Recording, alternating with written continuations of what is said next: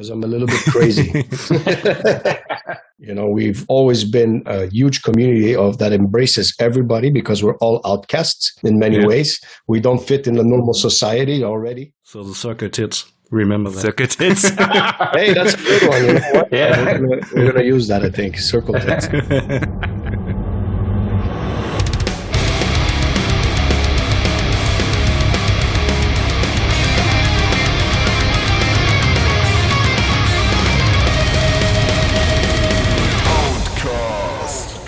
Hallo liebe Metal-Meute und herzlich willkommen zum OVTCAST. Ich begrüße heute auch mal wieder den guten alten Witchel und wir haben Maurizio Iacono zu Gast und darum wechseln wir jetzt zu Englisch und reden über sein neues Projekt Invictus. Hello Witchel, hello Maurizio. What's up? Thanks for joining us today. Hey there. Hey, alles gut? Sehr gut, sehr gut. How is your German? Do we do it in German? Oh, I'm gonna suck at it, man. I'm not good at it. But I understand some words, but not everything. Like it's all these years I've been in Germany, so I have to get at least something. But it's just hard to. It's so far away from my own languages that it's kind of like tough, But it's cool. Yeah, and it isn't the easiest language to learn, so yeah. Totally fine. We're talking about your new project Invictus, which will release your first record exactly this week in 2 days. Unstoppable will be released on the 21st of October. The interview will be released a little bit later, but it's hot anyways. Yeah, that's good. But at the beginning, I think everybody knows you because of your other projects and from Kataklysm and XDO, but we would like to ask you some introductory questions to dig a little deeper about who Maurizio is. So, Witchel, hand over to you. Yeah, thank you. First of all, it's a huge pleasure for us to have you here. I'm a fan since In the Amos Devastation, and now you're in our podcast, and it's fucking great. That's awesome. Yeah, well, honored to be here, man. Thank you. Yeah, thank you. So I will start with some easy questions. As Gandhi said, just to know you a bit better. Club gig or an open air? The club gig or open air? Wow. I adore both, but I do like club gigs a lot. They're actually tougher to play than open airs for us, and because I think for a lot of bands also, but it depends who you are. But for us, when you're in a club, you're much closer to the fans, and it's a different vibe. When you're in open air, it's louder because there's so many people and it's crazy. But it's not as personal as the clubs, I like to play clubs more personally. I think some other guys in Kataklysm probably or other would like the open airs more. The open airs are just easier to reach so many more people at once. That's the cool thing. But if I have to choose, I'll probably go with club because that's where I started. Yeah, wine or beer? Wine. Okay. Actually, I like both. Again, same thing, but the Italian blood's gonna go with the wine. Okay. Unless it's Oktoberfest, then it's gonna be beer. Yeah, of course. So, barbecue at home or eating in a restaurant? Oh man, this tough questions, dude. Yeah. Yeah. I like to barbecue home, but I like to go to a good restaurant and eat some good food. So I'll probably choose the restaurant. But if it's a big gathering at my house, I will probably be barbecue. So because it's more fun, when you do something like that. But I do like the restaurants, so. Okay. Italy or Canada? Italy. Okay. That's a quick one. Trick question. Yeah. Death or black metal? Death metal. Yeah, I would say that, yes. Always, yeah. Nothing against black metal, but it's not my style, really. It's not my favorite. I like some bands, but not my favorite. Yeah. Okay. Wall of Death or Circle Pit? Circle Pit. Oh, it looks better when you're on stage? Yeah, like a big tornado. represents more like I have to come up with a new one. Think that because Kataklysm, that's what it is, right? It's like it's like the end of the world by natural devastation, which can be a hurricane, can be anything. Like so, we have to come up with a new strategy for Kataklysm with the circle pits. Okay. That circle pits, I think they look cooler from the stage. Okay. You mean a new kind of pit, or we have to invent something? I'm thinking about it. Because there are always new trends. Like, for example, I was 1 or 2 weeks ago at a I'm on a Mars show, and they put their backs into the raw. Oh, really? They're doing the raw thing on the floor? Oh, no. Yeah. Maybe you invite some. That, yeah. There's a lot of people doing it? Like thousands? Or what? Yeah. Oh, wow. No, maybe not thousands, maybe 50 or 60. Yeah.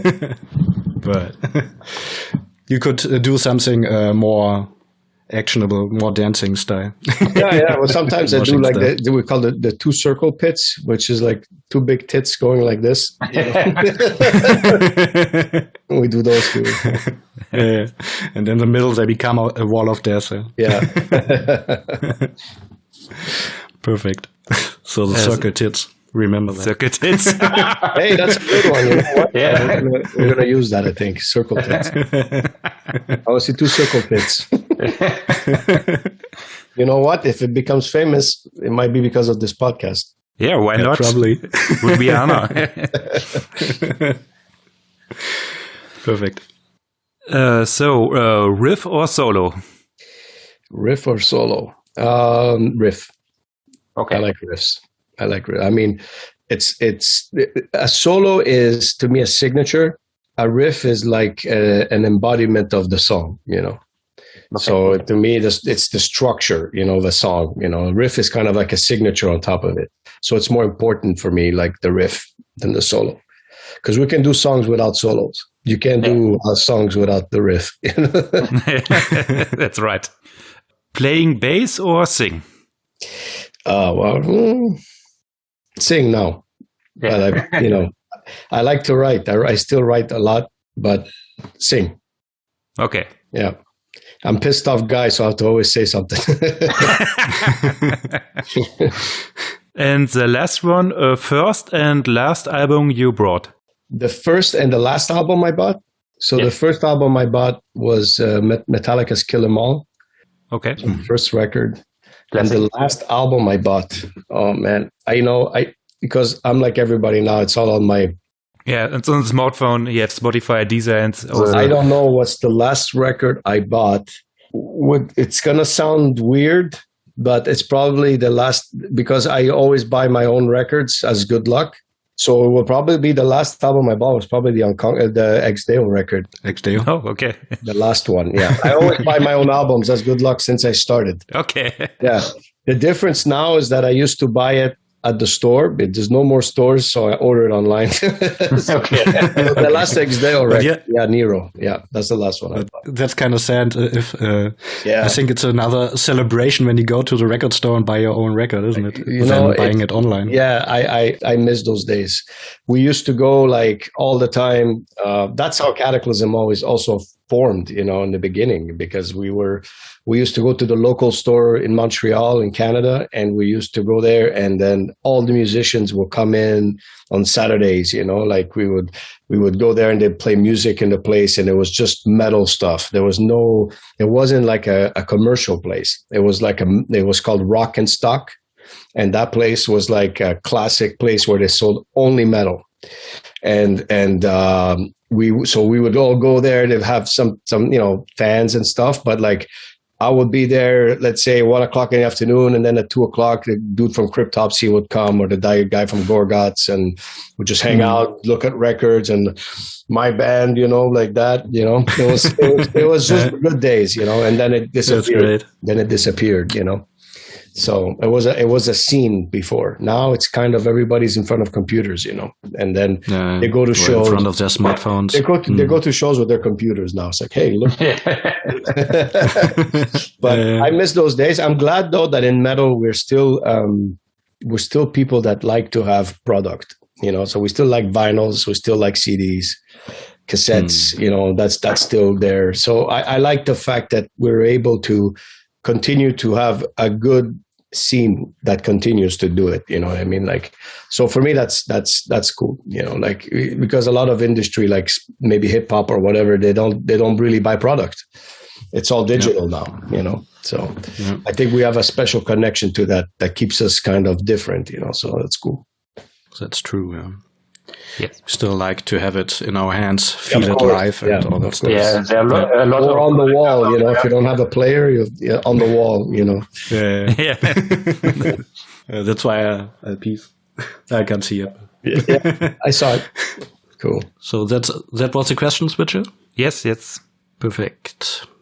So now we head over to Invictus and Unstoppable, as it is a new project after Kataklysm and Exdeo. I mean, we could talk about those bands for hours and hours, but today it's about Invictus. Mm-hmm. What drove you to do that project? Why a new project after two established projects?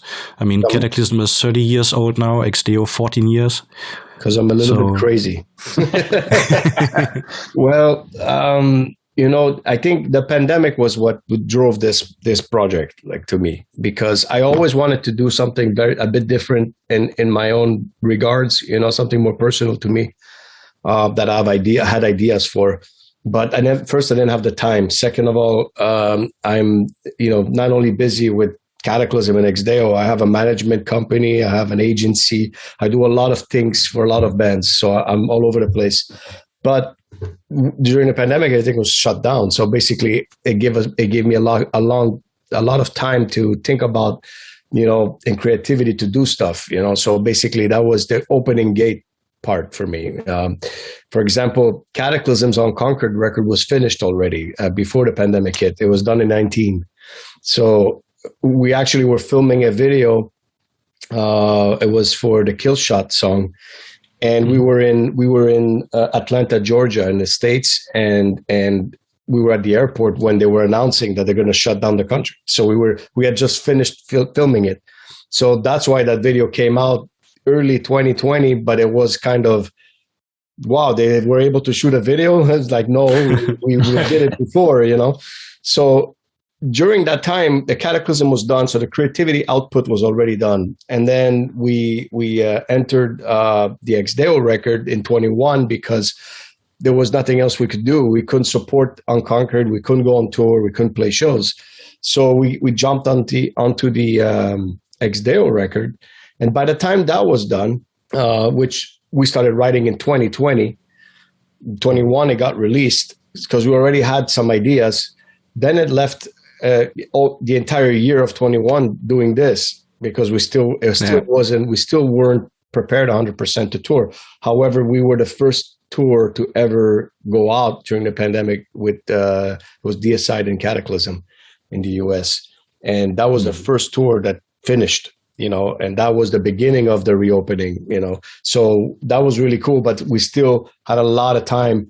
And this project was something that we were talking about with Chris Clancy, the guy in the UK that plays in Mutiny Within. He was also the producer behind the Kataklysm record, and he works with Colin Richardson, the two big producers. And we had an idea of working together already. So when that started, the conversation started, we had time in our hands. So for 6 months, I was working with him on doing music. And we didn't know where it was going to end, right? First, it was for fun. Then I was going to release the record as like just on my own, like just release it for fun.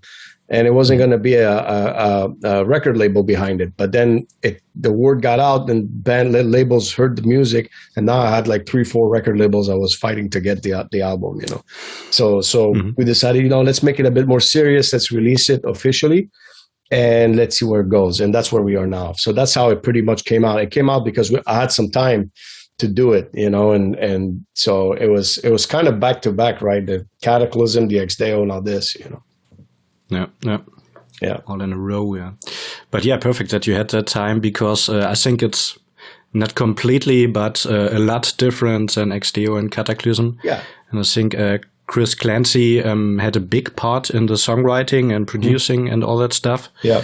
One question is, will it be also a complete band? I mean, Jave Dagenais, Jeremy Kling. They're also part of the band. Will it be a touring band, or is it just for now a project, or will it evolve over the time? We have a good problem, but it's still a problem. And the problem that we have is that we have a lot of demand at the moment for Kataklysm that's starting to move again. And there's stuff for XDEO that I'm putting aside. So I'm in the middle of a lot of stuff that I have to figure out right now. But this record is going to drop in 2 days, and I think 3 days, if I'm not mistaken, on Friday. And I'd like to play a little bit with it live. I'd like to try it, like to see where it goes. But it depends if there's enough interest for it, if people really like the record and stuff. So far, the reviews have been very strong, and people are into it. It is different. It's not super underground. You know what I mean? It's a little bit more commercial than what I do with Kataklysm. It's just a different influence because what's the point of doing another death metal record if I have Kataklysm? I didn't want to do the exact same thing. So we'll see.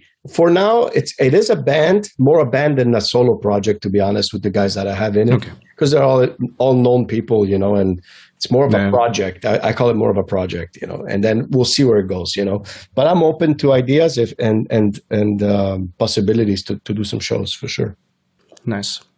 And because I think it's sorry. There's a lot more melodic in it than in Kataklysm. Is this another side of you that you want to show, that you can also be a melodic musician? Yeah, it's there's stuff that you can gamble, but with a band that's established like Kataklysm, it becomes very difficult to do that at some point. We have what I think Kataklysm 15 albums. It's difficult to reinvent the band at this point in its career. It's been together for 30 years. People expect something out of Kataklysm. I don't think they want to try too much new things. So for me, this was more of a personal idea. It's more about my personal influences. Like it's more of my DNA in here, like things that I listen to other than death metal, that are in there a little bit, So it's also an homage to a lot of my influences from other bands. For example, like there's some Machine Head in there. There's some Fear Factory. There's going to be a little bit of different things that we're going to touch that are things that I grew up on that I liked. So like I love the album The Manufacturer from Fear Factory. It's one of my favorite records, and there's going to be a little bit of that in there. You know what I mean? So a little bit of different influences from different bands that during the years made my influence who I am. So it's gonna touch up more that. It's a little bit less of the extreme stuff. I was more always a thrash guy. When I first started Kataklysm, I came in the band as the guy that liked bands like Machine Head and Fear Factory or Exodus, Testament a lot. Slayer. I like those bands. And then the singer, he liked the Bolt Thrower, the Napalm Death, and the extreme stuff. Jeff was the Iron Maiden guy, the guy that liked Dissection and things like that. And, Big Steph is like, he's always been like the big death metal guy, Unleashed and things like that. So when you combine all of that, you get kind of the Kataklysm sound. If you notice it, it's there. If you mix all of it. Like Steph, like Dimmu Borgir too. So you're going to have a little bit of that when he wrote, and especially on the Shadows and Dust record and stuff like that. So there is a big, huge influence, but this is more my side of the influence on Invictus, Okay.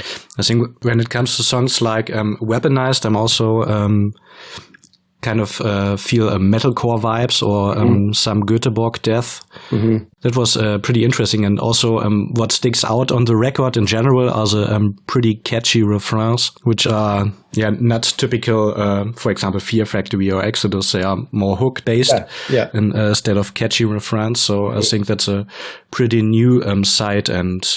Weaponized keeps coming back a lot. It was never considered a single on the record, but a lot of people are saying it's their favorite track. There's something about it that there's a big chorus in there, that like grabs you, I think. So some songs are going to have a lot of more Swedish influence, melodic and type of things. The Ghost of My Father's on another one that's kind of very heavy like that. So it depends where you move in the record. So it's really like how you perceive it. So because it moves a lot. And it changes from time to time. It's more groovy, which I also liked. For example, the second single, Get Up, where you have a really nice groove parts and a great hook. Yeah. Also, the three singles who came out, Get Up, Exiled, and Bleed Out, they're all different. If you haven't heard the record out there yet. It's important because we don't want to just release one side of the record. We have to show that the record is diverse, Like Get Up is very Pantera-like, almost. It's like very. That's what I thought about. And that's probably one of my favorite bands ever. Like I was a huge Pantera fan, and that, to me, Phil Anselmo live was awesome. Especially in the early days when he was on, like pure rebel, like didn't give a fuck about anything. So to me, that's metal for me. It's anti-conformist. And he was like that. So this record is very like that as well. Also on the lyrical level and stuff like that. It's very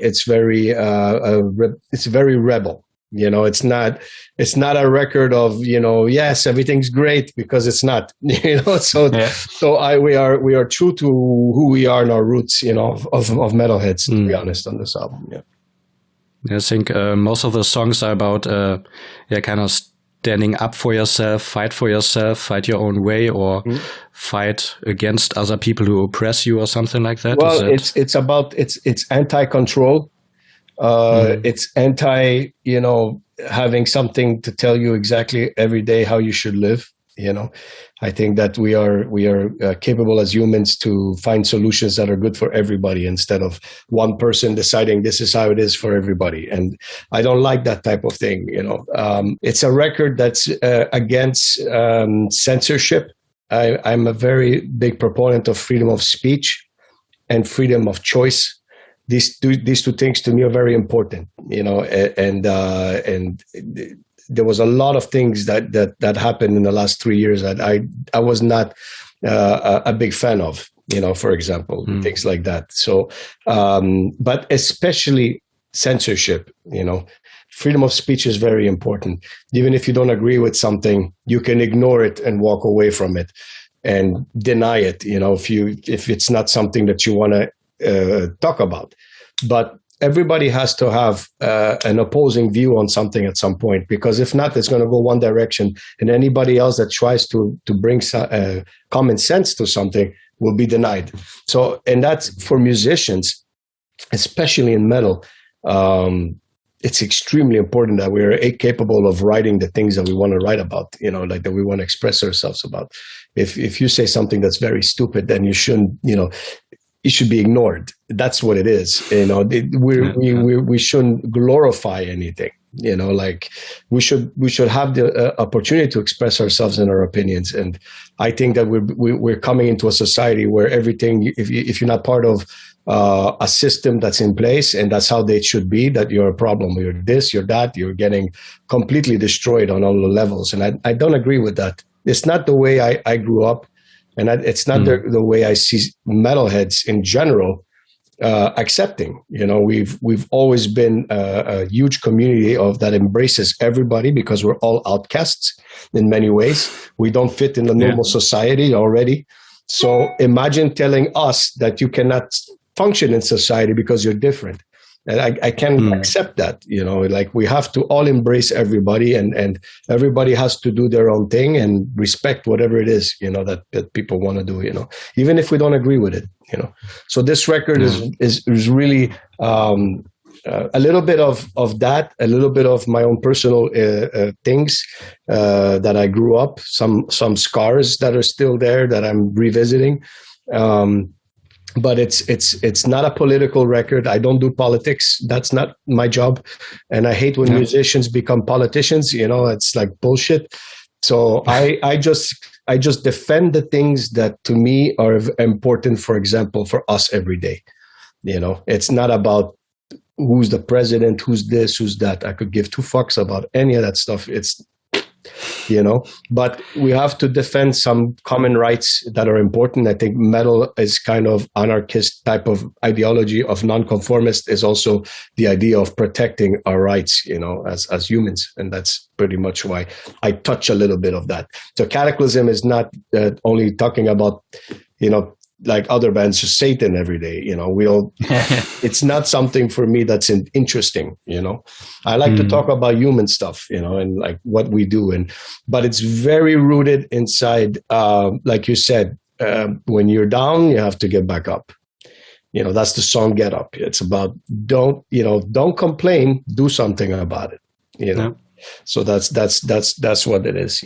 It's like get up or stay the fuck down. It's like it's that easy. Yeah, pretty much. But yeah, as you mentioned, I think the metal scene is kind of special when it comes to that because most of us are very open-minded and are willing to talk about different opinions and maybe not always accepting different opinions, but try to listen to other opinions, not like other scenes. And that should be like that, no matter how, like I said, it's the majority in the end that counts, right? Because we are democracies. And so if the majority thinks that somebody's idea is not good, then it doesn't get to happen. And that's how it should be. It shouldn't be punished or F you because you're more of a conservative idea or a more liberal idea or whatever. It's stupid to even talk about this. In my opinion, there was never a time that in music we were talking about things like this. We were talking about, girls or beer or wine or this and like the Pits. Did you see that band's, new album? Things like that. Like what happened to that? It got replaced by opinions, everybody's opinion, like in the sense of fighting that somebody else's opinion is not the same as yours. Like we've become that, and I don't like that as much, So I think that concerts are very important because when we go to concerts, we forget about all that stuff. We go to watch the band and we go there and we enjoy the show. And this is having a good time. That's our church.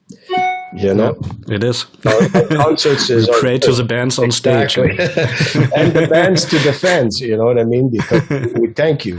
So it's just we're lucky to have the scene we have. We're very lucky. Yeah, we are. And but I think also in the 80s when the thrash era started, they also had topics about this kind of thing against oppression and all that stuff. Stand up for your rights. To party and stuff. Yeah.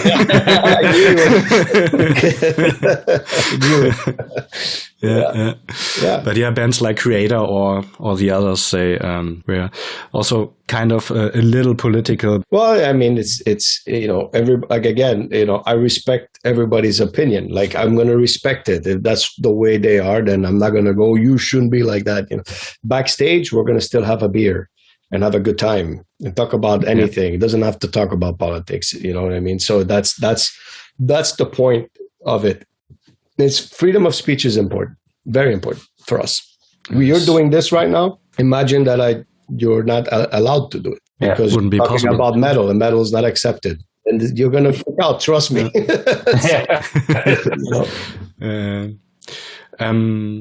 One question I didn't prepare, but is there a country where you weren't allowed to play because you play death metal? Because you're around for 30 years. Have you tried to go to one of those countries? So every country we've been to, we're able to play without having any problems.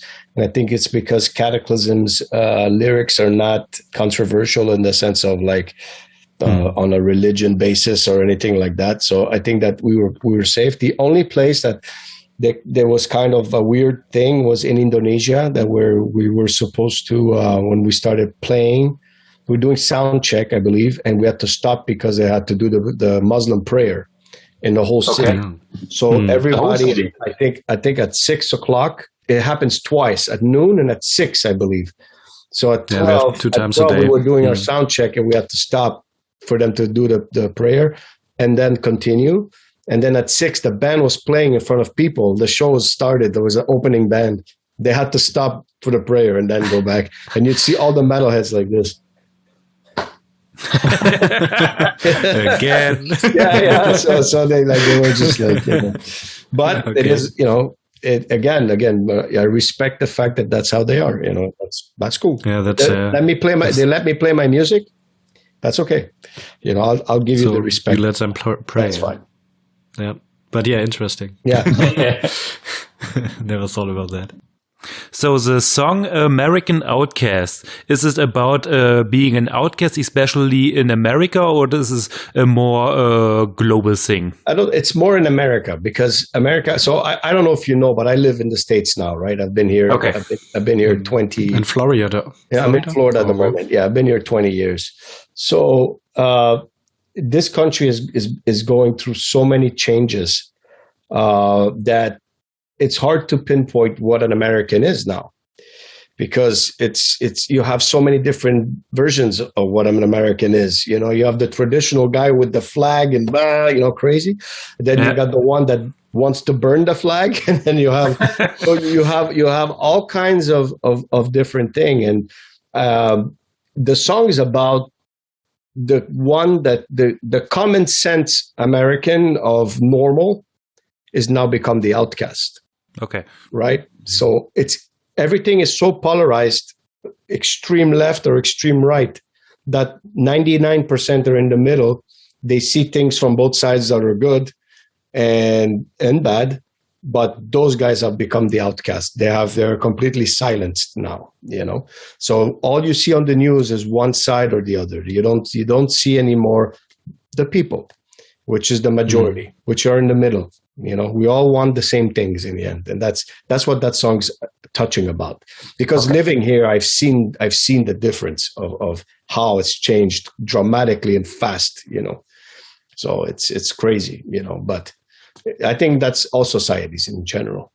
Yeah, it's also kind of social media problem when you just see the things that attract you the most, like violence and all that stuff. Or absolutely, when it's about, for example, when it's about Corona, you always see, as you said, the extremes. Yeah.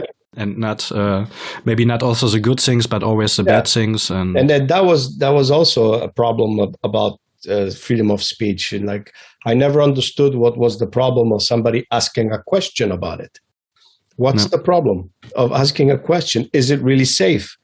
I think it's okay to ask that question. You can't say that. You have to think about your grandfather, or grandmother. I'm like, I get it, but you should be allowed to ask a question, especially if you're going to put something in your body. I'm not anti-vax or anything at all, but the idea is and I've taken plenty of vaccines, and with the alcohol and weed I've smoked in my life, I think is more than dangerous than whatever. Yeah.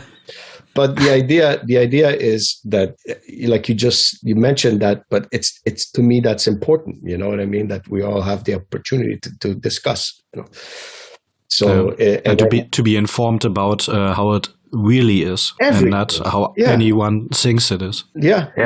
Not to suppress things that come out. The media was very good at something comes out that's interesting to discuss, they would shut it down, and then there's nobody able to discuss about it, and they would be banned. And it's like doctors and a lot of people and if you fast forward to now, a lot of these people that lost their jobs, everything, now there's no more mandates, nothing, and it's okay, but they lost their lives, because they didn't want to, a year later. It's kind of, it's unfair in my opinion, like some of the stuff. And like you said, this is just attaching it to what you said about the media decides what you see. They decide this is what you're going to see, the bad and the craziness, because that is called algorithms. Yeah, clickbait. They want to just clickbaits, and that's it. That's all they care about. All is money. I honestly hate the new society, the way it is now, because it's all based on greed, like it always was, but it's worse than ever now, in my opinion. All these big corporations, it's all about money, also pharma, everybody.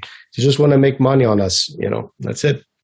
So, unfortunately. But let's not get into depression. No. But is the record in general more about American life, American lifestyle? Because I think on the cover, is there the American flag, or is it just a coincidence that it looks like? To me, it's an international problem. And the flag, it's kind of a flag in the back, but you only really see the white and red. It could be also Canadian. So okay. It kind of represents me and all my influences in my upbringing. So it has a little bit of everything, but it's not only based on American. It's a general idea of it. It's a worldwide problem, in my opinion. No, it's definitely in Germany too. Sure. No. Is there? I don't know how it is in the US, but we have how's it called? Government media, I would say. Yeah. Broadcasting stations which just inform. But especially when you're on Instagram, Facebook, and all that stuff, then it's the algorithm that triggers the extremes. Yeah, exactly. And also in the private broadcasting stations. Yeah. Well, I wish we had like in news like we used to have, where they just come and say the news. Now it's like the opinion of like I said, everybody's allowed to an opinion, but when it comes to news, you should just talk about what the news is, not as a person say this side is saying the truth. It's like, hey, no, just talk about everything and shut up. It's like, that's the way I see it. But I'm a little bit crazy, so maybe it's me the problem. No, I don't think so.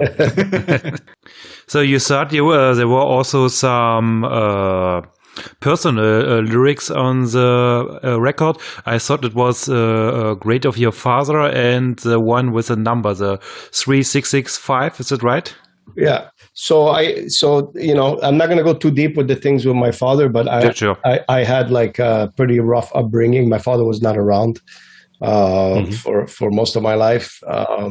He was the stereotypical Italian that was a gambler, a drinker, like a tough guy that grew up from Sicily. So you can imagine all the things that he was involved with, and it was very rough on my family. But he was always good to us, but he was very involved in a lot of crazy stuff. So it kind of was tough on my family. So I, that was kind of a big scar for us, me and my brother especially.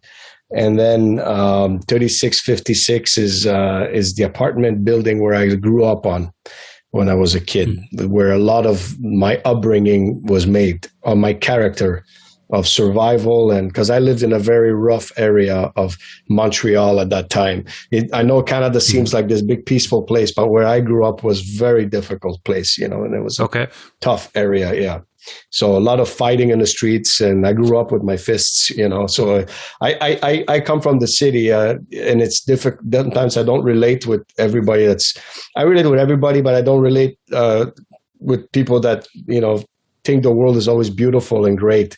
Like I saw both sides of my life. So I don't, I acknowledge both things, that the world, what makes the world is the good and the bad, So my character has been built like that, so as a fighter, pretty much. That's why my lyrics are the way they are, about, surviving, and making it to the top, even if people try to put their foot on your face, it's like, so it's a very real experience for me in my music, from the day I wrote Manipulator of Souls to Shadows and Dust to everything, Crippled and Broken. It's all about that, so.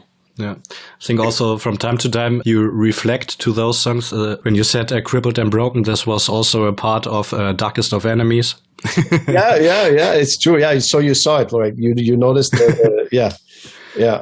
So I do come back and throw a little something and see if people get it, So I got it. Yeah. Awesome. Yeah, there's always some hints which to your other project, which I really like also at when it comes to Exile, the first single, there was the part Trust No One, which totally reminded me of Ex Deo. Yeah, like this epic sound when you shout that. Yeah.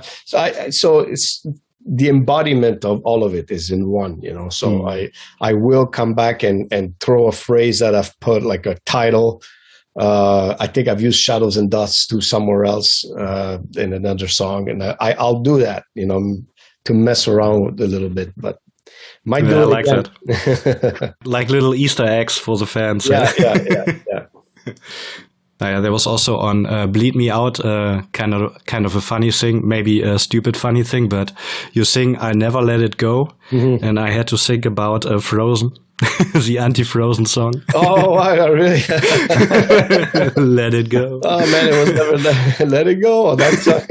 Yep. Of course it wasn't. Yeah. No, it wasn't. It wasn't. But now you fucked me up because I'm going to listen to it all the time with that part, That's cool, though. No, yeah.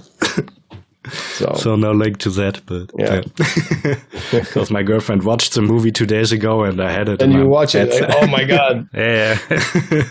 Did you know? It's funny to find little hints. Yeah. Did you know there were about 12 bands they also named Invictus based on my research on metal archives? That's been a huge problem for me on this project because the algorithm's all over the place because of that.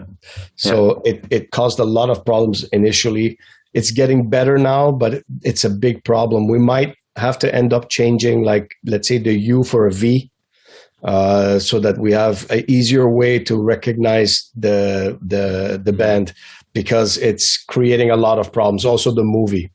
So sometimes there was copyright problems. We didn't understand why. And it was because of that, because the name would come out on stuff that's already copyrighted from the movie, from other bands. So it was all over the place. So we had a very, very, very tough start with this project because of that. So, but I mean, I didn't want to call it anything else, that's what it is. I have that nickname for a while, and sometimes they call me the General or Invictus or whatever. I said it's the easiest thing to recognize me on it without using my own name, which would sound weird on the record, like Maurizio Iacono projects. So I decided to do the Invictus, and we'll see. We might have to modify it a little bit, but we're talking to some people about it, and we'll see what happens. Okay. Yeah. Might be difficult to read if the U is also a V. We know that. Another V. Yeah, I mean, we might just leave it, and whatever happens, as long as it becomes the cool Invictus, Yeah, of course. For us it is. So, release this week. What will be next? What can we expect of you, of Invictus? So we are in the middle right now of. So Invictus is going to get released. We're going to probably do another video for it because we're discussing to continue to promote it, and we're hoping to do a few gigs soon if that happens. Great. But we are also in the middle of writing a new Kataklysm record right now. So we are. JF is actually flying here in about 2 weeks.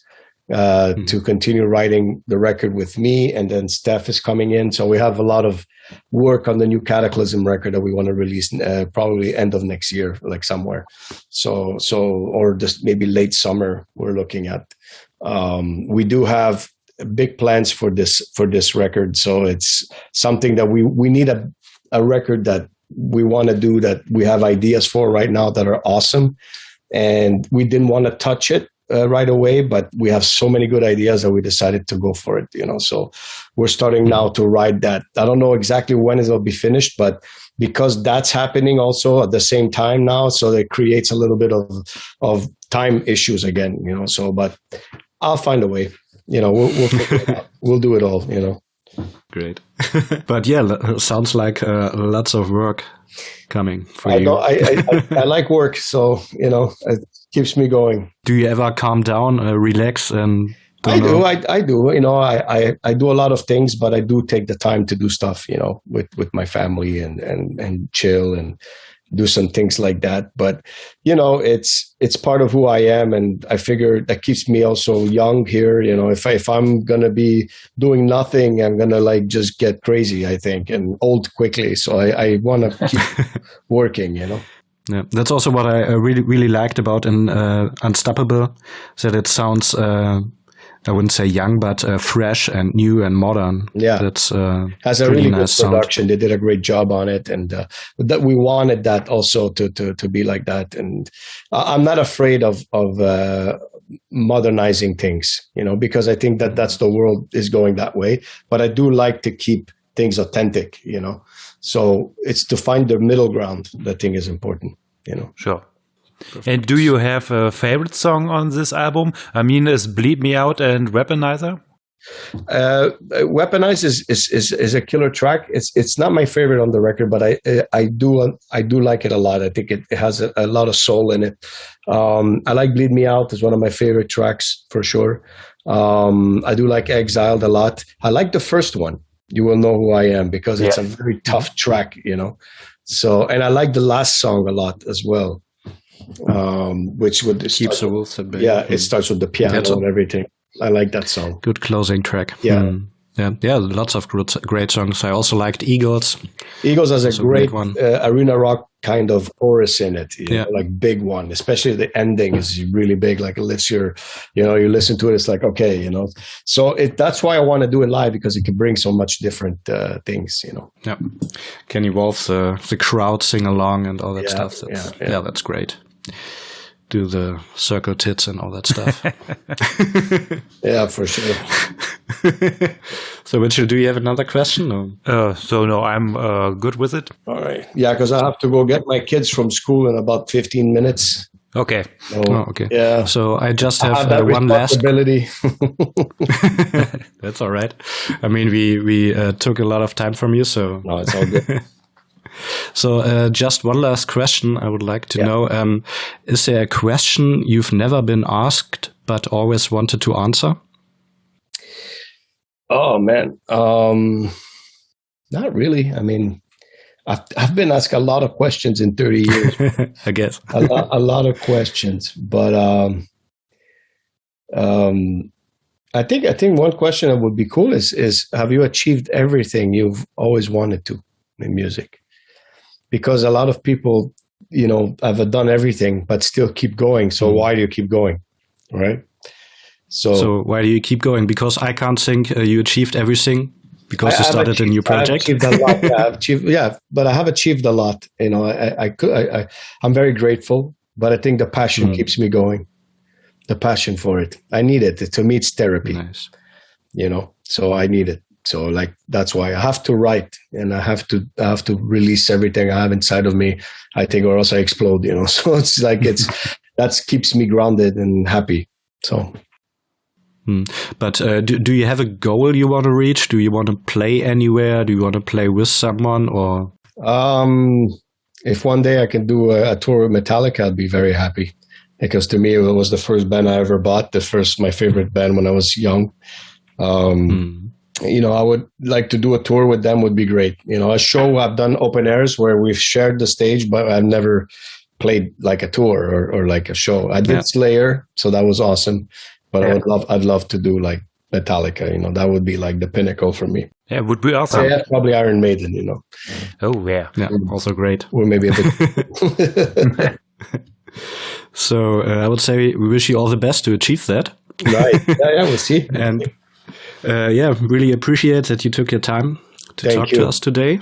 And thank you. All the best for all your projects. Thank you, guys. I appreciate it, man. Thank you for your open-mindedness and everything with music, and hope to see you at a gig or something soon. That would be great. We saw you at Rock Hearts this year. It was awesome festival. Not in a club. Place. Yeah. Always a great time. Always a great time. Yeah. All right, guys. Thank you so much. Thank you. Enjoy the rest of the day. Goodbye. Bye. Talk to you soon. Bye.